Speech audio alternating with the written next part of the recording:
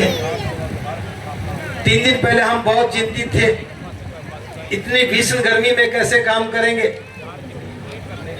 लेकिन सभी लोग कह रहे थे कि प्रकृति हमारा साथ देती है, तथागत की अनुकंपा रहेगी, मौसम बहुत बढ़िया रहेगा। और बढ़िया होते होते रात को जब देखा कि 1:30 बजे बहुत तेज तूफान आया,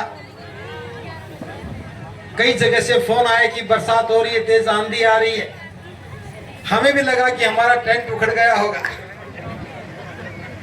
रात को 1:30 बजे आकर के देखा तो टेंट सलामत था।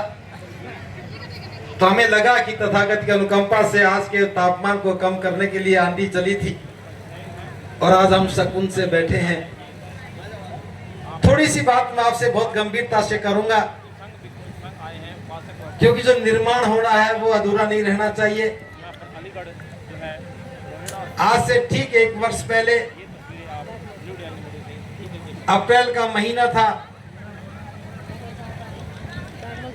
बोध गया मुक्ति आंदोलन का जिक्र चल रहा था। उसी समय मन में एक विचार आया और हमने फेसबुक के माध्यम से या जंतर मंतर पर जो कार्यक्रम था उसमें इस बात को रखा कि बौद्ध विरासत अपने वारिस का इंतजार कर रही है। मैंने भी कहा था कि हमारी बौद्ध विरासत आज अपने वारिसों का इंतजार कर रही है।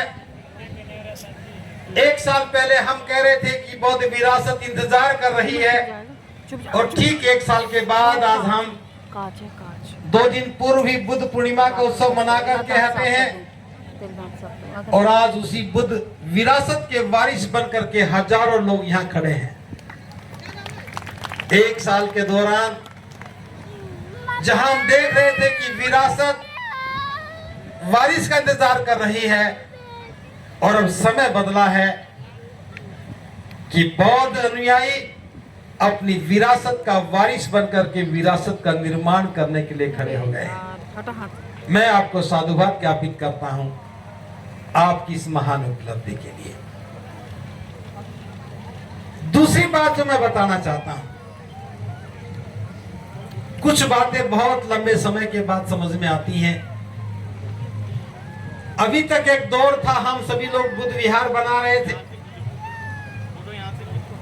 मुझसे भी काफी लोगों ने पूछा कि भंते जी क्या बुद्ध विहार बना रहे हो? हमने कहा कि जहां बुद्ध रहते हैं और जहां बुद्ध के वारिस भिक्षु भिक्षुणियां रहती हैं वो बुद्ध विहार ही होता है, लेकिन हम बुद्ध विहार नहीं बना रहे, हम बौद्ध विरासत का निर्माण कर रहे हैं। और बौद्ध विरासत कौन सी होती है? जहां जीवन निर्माण शुरू होता है, जहां जीवन निर्माण शुरू होता है। बहुत लंबे समय से आपने देखा होगा कि धम्म भूमि एक टैगलाइन पे काम करती है, धम्म भूमि श्रेष्ठ जीवन के लिए एक आंदोलन। 2015 से या 14 से हम इस पर काम कर रहे थे, लेकिन हम जीवन को श्रेष्ठ नहीं बना पा रहे थे। आपके वस्त्र बदल गए, आप में कुछ अच्छे गुण भी आ गए, बहुत अच्छी अच्छी बातें आप मानने भी लगे, उपोषित भी करने लगे हो, बुद्ध और उनके धम्म ग्रंथ का पाठ भी पढ़ते हो, पूर्णिमा के दिन, अष्टमी के दिन, अमावस्या के दिन उपोषित करते हो, बौद्ध पर्व भी मनाते हो। चल नहीं रही है क्या इनका दिमाग? ये सारी बातें तो धम्म के साथ ठीक हो रही है, साइड में हो जाओ। लेकिन एक पक्ष जो बचा हुआ था, हम अपनी पहचान नहीं बना पा रहे थे। हम अपनी कोई पहचान नहीं बना पा रहे थे, जातियों को छोड़ नहीं रहे, परंपराओं को तोड़ नहीं रहे, व्यसनों से बाहर नहीं निकल रहे, फिजूल खर्ची में धन बर्बाद कर रहे हैं। इससे जीवन निर्माण का काम प्रभावित हो रहा था। तब फिर समझ में आया कि जीवन निर्माण के लिए हमें प्रशिक्षण केंद्रों की स्थापना करनी पड़ेगी, और वो प्रशिक्षण केंद्र कहां से शुरू होने चाहिए, तो मैं उस बात को भी आपको बताना चाह रहा हूं। मुझे 20 वर्ष हो गए हैं भिक्षु जीवन के। मैं बहुत सारे भिक्षुओं के संपर्क में रहा, क्योंकि मुझे भी चीवर अलीगढ़ से ही मिला था। ये इत्तेफाक हो सकता है। श्रद्धेय भिक्षु कांचन बोधी जी, उनसे मैंने चीवर लिया। श्रद्धेय भंते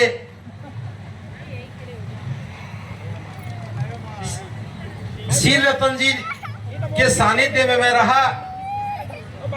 लेकिन ये बहुत दुखद प्रसंग है कि वो दोनों भिक्षु जो दुनिया से विदा हुए, तो उन्होंने अंतिम सांस बुद्ध विहार में नहीं ली।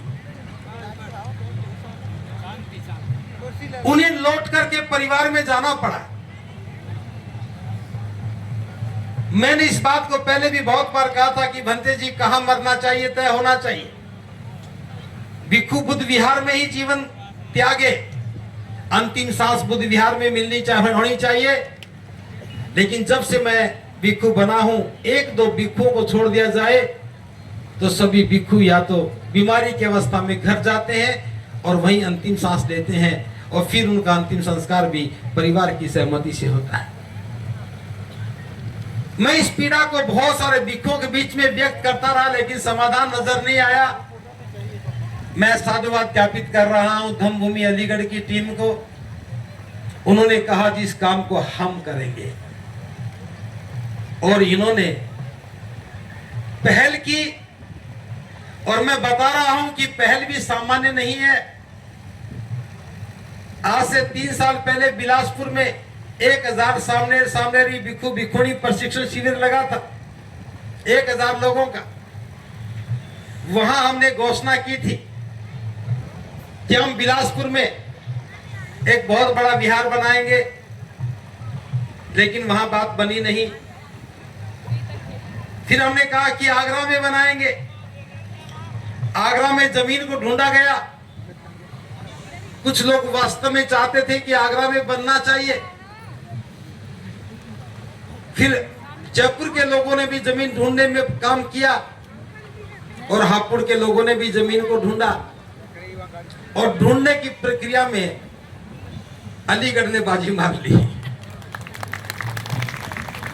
बाकी जगह जमीन मैं ढूंढ रहा था,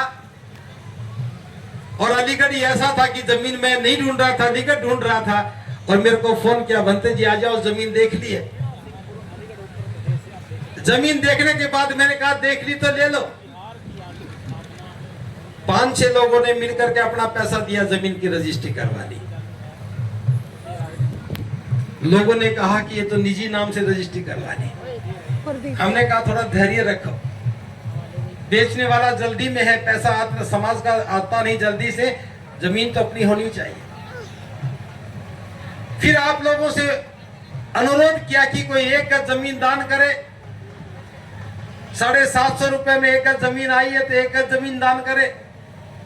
कोई 1500 रुपए दे करके 2 गज जमीन दान करे, कोई 10 गज करे, कोई 20 गज करे।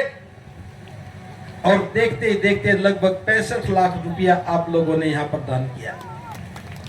91 लाख रुपए की जमीन खरीदी थी, 65 लाख रुपए हमारे पास आया। एक श्रद्धावान उपासक हैं राजपाल बौद्ध जी आगरा से। बहुत से लोग ऐसे होते हैं कि जो ऐसा काम कर जाते हैं कि हम भी रास्ता ढूंढने लग जाते हैं। जयपुर के कार्यक्रम में वो सुबह सुबह आए, भंते जी मैं दान देना चाहता हूं। मैंने कहा दे दो जी। उन्होंने कहा जी 10 लाख रुपए दे रहा हूं। मैं चौंक गया, 10 लाख रुपए मांगा भी नहीं, 10 लाख रुपए दे रहे हो। उन्होंने कहा जी मैंने आपको कहा था कि मेरा 1 एकड़ जमीन है एटा में, वो दान दूंगा, लेकिन वो जमीन आपने पसंद नहीं की, वो जमीन उपयोगी नहीं थी, तो मेरी घोषणा व्यर्थ ना चली जाए, इसलिए मैं उस जमीन की कीमत 10 लाख रुपया मैं आपको दान देना चाहता हूं। अब मैंने कहा 10 लाख रुपए मिल रहे हैं तो जमीन खरीदनी पड़ेगी। तो अलीगढ़ के लोगों ने पहल की। हमारी अपील पर आप सब लोगों ने मिलकर के कोई 2 गज, कोई 10 गज, कोई 20 गज, कोई 100 गज जमीन का पैसा दिया, अभी थोड़ा सा पैसा लौटाना बाकी है। ये जमीन बुद्धिस्ट वेलफेयर ट्रस्ट के नाम हो चुकी है, थोड़ी सी बाकी है, वो भी कल परसों कर लेंगे, आज का इंतजार कर रहे थे। पहली बार समाज की समझ में आने लगा कि छोटे छोटे दान से बड़ा बड़ा काम हो सकता है। 750 रुपया कोई बड़ी कीमत नहीं, लेकिन एक एकड़ जमीन दान से इतना बड़ा काम हो सकता है, बस हौसला मिलना चाहिए। और ये बात मेरी समझ में आ गई थी। इन्होंने जमीन खरीदी, बीच में बोध गया आंदोलन के कारण मैं यहां नहीं रुका, और 1 साल हम विलंब से आए।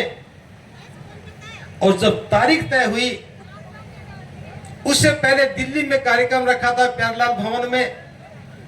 उस दिन मेरे मन में यह था कि 30 कमरे बन जाने चाहिए, और मैंने वहां आह्वान किया कि 30 कमरे बनने चाहिए, और वहां 26 कमरों की घोषणा हो गई। अलीगढ़ आए तो एक उपासिका आई, शीला बौद्ध जी, भंते जी मैंने वहां तो नहीं कहा, लेकिन एक कमरा मैं भी बनाऊंगी।